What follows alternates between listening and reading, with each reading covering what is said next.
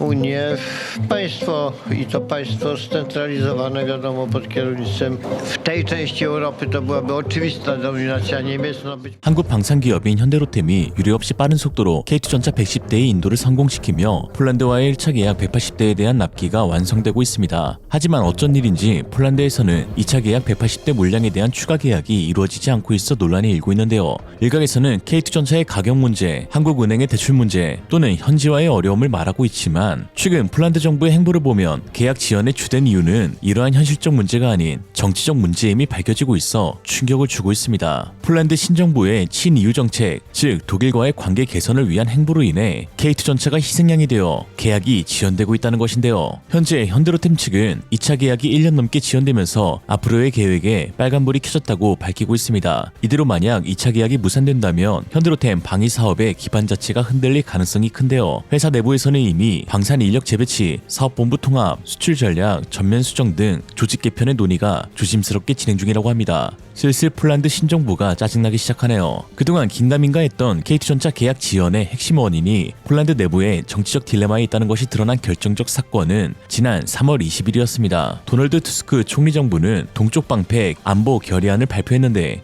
주된 요지는 폴란드가 EU와의 협력을 통해 방어 정책 통합과 경제적 협력을 강화한다는 내용이죠. 겉보기에는 좋은 말 같지만 결국 독일과 프랑스가 주도하는 EU 방산 통합과 맥락을 같이 합니다. 그리고 이 구조에서 폴란드는 필연적으로 독일과 프랑스의 영향력 아래 놓일 가능성이 높은데요. 이에 반발하는 법과 정의당 피스는 투스크의 정책을 폴란드의 주권 침해로 규정하면서 크게 반발했는데 특히 피스 지도자 야로슬라프 카친스키는 EU는 질적으로 베를린에서 통제되는 영토라며 투스크의 정책은 폴란드를 독립국가가 아닌 독일과 프랑스의 종속 지역으로 전락시킬 것이라고 비난했습니다. Czysto ten manewr z tą uchwałą teraz ze strony Donalda Tuska i koalicji sprytne. Próba zagonienia was.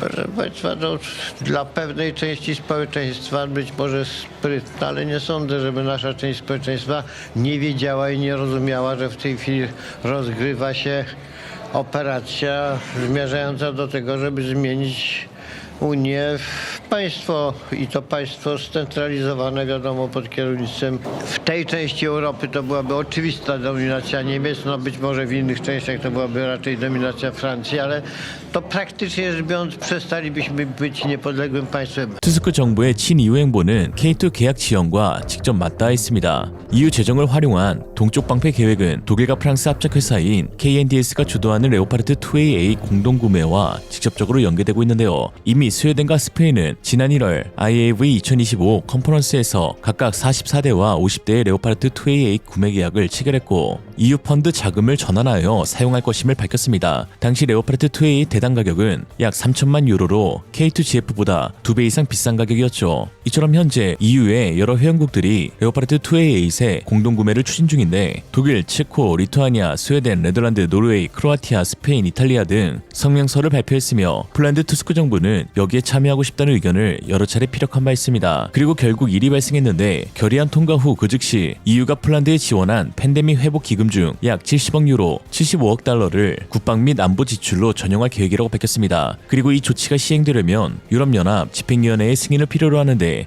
최근 독일 출신 폰데어 라이엔 집행위원장이 유럽 국가들은 유럽산 무기를 사야 한다며 강압적인 태도를 취한 바 있죠. 즉 결과적으로 결의안으로 인해 동쪽 방패 계획에 투입되는 EU 기금이 레오파르트 2A8과 같은 유럽산 무기 구매로 전용될 가능성이 높아졌고 이로 인해 한국산 K2 전차의 계약 파기 가능성도 높아졌는데요. 이에 피스 지도자 야로슬라프 카친스키는 대놓고 기자들과의 회견에서 투스크 라인의 현 국방부 장관 코시니아 카미시를 비판하며 의도적으로 K2 전차 계약을 시행하지 않고 있다고 했습니다. 실제로 폴란드 국방부 장관 코시니아 카미시는 어이없는 이유를 대며 K2 전차에 대해 공개적으로 불만을 표출한 적도 있습니다. 3월 6일 그는 폴란드 라디오에서 한국이 제시하는 이 땅 가격으로는 계약을 체결하지 않을 것이라고 밝혔는데요. 현대로템이 제시한 대당 1,300만 유로가 한국군 납품가보다 높고 폴란드와 시 1,700만 유로에 달한다며 목소리를 높였습니다. 그러면서 그는 더 나은 조건을 요구했지만 합의는 이루어지지 않았고 이런 터무니없는 가격은 K2를 자격에서 실격시킨다며 계약 체결이 어렵다고 지적했는데요. 그러나 오히려 이런 발언은 역풍이 되기도 하였죠. 레오파르트 2A8의 가격이 전부 공개되면서 폴란드 방산 전문가들과 네티즌들 사이에서 장관이 발표한 K2의 가격은 너무나 합리적이고 장관이 의도적으로 K2를 폄하하고 있다고 비판했습니다. 폴란드 방산 전문가 카밀 콜로지에는 K2 PL이 실제로 엄청나게 비싼가? 아니다. 대당 1,700만에서 1,900만 유로의 가격은 매우 합리적인 솔루션이다 라고 했습니다. 폴란드 네티즌들도 레오파르트 2A 가격이 3천만 유로라는 건 알고 있냐? 그럼 우리가 실수로 33억 7천만 달러에 K2 180대를 구매한 거냐? 전차 하나당 1,800만 달러인데 지금은 절반 가격으로 K2 PL을 원하고 있는 건가? 아니 그럼 체결하지 마. 그들은 폴란드에서 폴란드식 생산이 공짜라고 생각하는 것 같다. 이는 여전히 스웨덴의 레오파르트 2A 가격보다 3.5배 저렴합니다. 투스크 연합들은 무슨 계획을 꾸미고 있는 걸까? 그래, 그럼 2040년에 레오파르트를 2,900만 유로에 구매하여 인도받는 게 더 낫겠네. 이런 통치자들이 날 짜증나게 만든다. 이것은 독일의 폐기물을 처리하기 위해 의도적으로 말한 거다. 독일인들이 레오파르트를 사라고 하면 결국 레오파르트를 사게 될 것입니다. 왜냐하면 그들은 독일의 하수인이기 때문입니다. 라고 했죠. 폴란드 내 전문가들은 K2 계약 취소가 폴란드에게 재앙을 초래할 것이라고 경고하고 있습니다. 폴란드 디펜스 입사 데미안 라트카는 최근 칼럼에서 K2 PL은 꼭 진행되어야 하며 하루라도 빨리 계약이 체결되어야 한다고 강력하게 어필했는데요.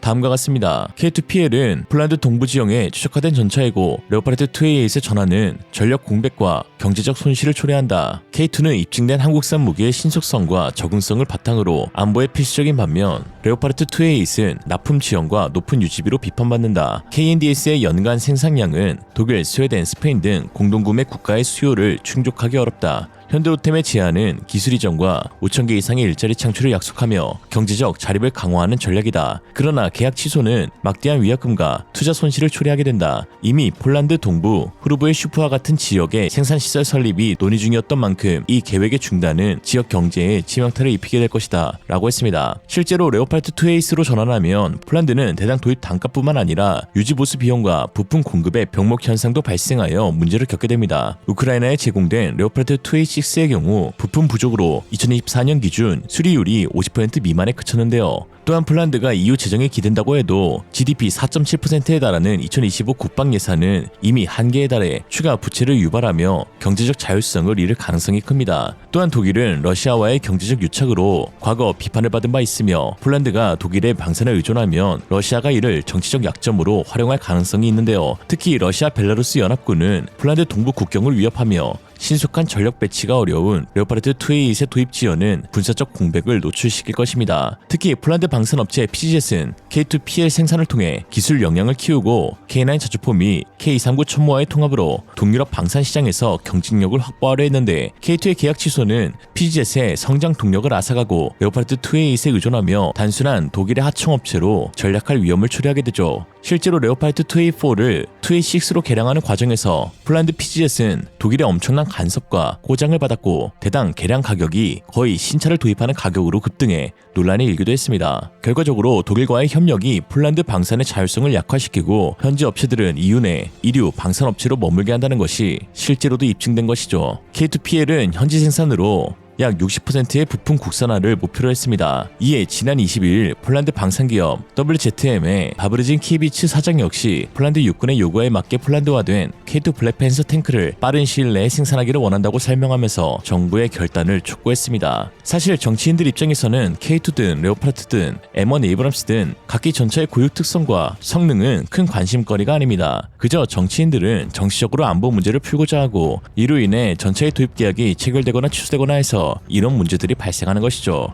그러나 한국 입장에서는 과도히 우려할 필요는 없는데요. 이미 180대의 계약을 통해 전 유럽의 K2 전차가 지닌 비용 효율성과 신속한 납품 그리고 타 EU 전차와의 성능 비교에서 우위에 있음을 증명해냈기 때문입니다. 한국 K2 전차는 폴란드 외에도 슬로바키아, 루마니아 등 동유럽 국가들 및 페루, 칠레와 같은 남미 국가들과도 협력을 진행 중이며 한국에서도 자체 수요가 풍족한 상황에서 기술력을 앞세워 K3 전차의 성공적인 개발도 이루어지고 있습니다. 즉 단기적으로 숫자로는 손실일 수 있겠지만 결국 시간이 지나면 한국 전체의 기술력과 방산 기업들의 생산 역량이 오히려 더 증명되는 사례가 될 것이기 때문이죠. 도리어 걱정해야 할 것은 유럽 국가들입니다. 현재 레오파르트 공동구매에 참여한 국가들은 늦은 납기로 인해 전력 공백이 우려되고 있는데요. 실제로 이탈리아는 132대의 레오파르트 2A8을 14년 동안 인도받아 연간 10대 수준에 그치고, 노르웨이는 54대를 2030년까지 연간 8대 수준으로, 네덜란드는 46대를 6년간 연간 약 7대 수준으로 납품받을 예정입니다. 반면 한국은 폴란드와의 계약 체결 이후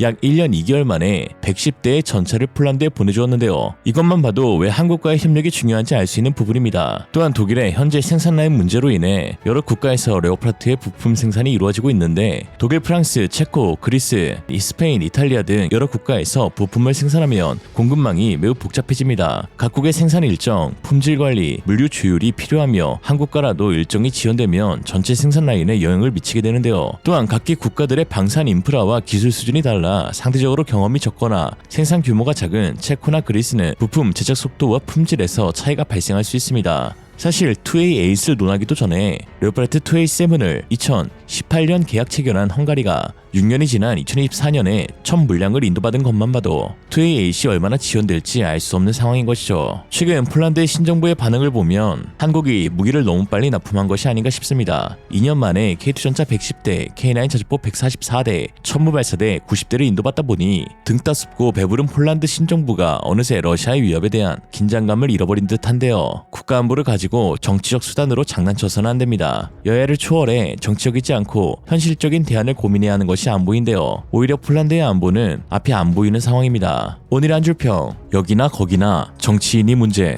이생으로 리얼리즘이었습니다. 여러분의 생각은 어떠신가요? 현명하고 지혜로운 여러분의 의견을 지금 댓글에 남겨주세요. 감사합니다. 현재 한국 각지에서 대형 산불이 발생하고 있습니다. 현장에서 헌신하시는 소방관 분들께 깊은 감사를 드리며 피해를 입은 모든 분들께 위로의 마음을 전합니다. 카카오에서 진행 중인 산불 피해 응원 메시지 캠페인에 따르면 한 메시지당 1,000원의 후원금이 카카오 측에서 지원된다고 합니다. 짧은 글이나 단순 모음 글자도 가능하니 많은 동참을 부탁드립니다. 주소는 고정 댓글란에 걸어두겠습니다.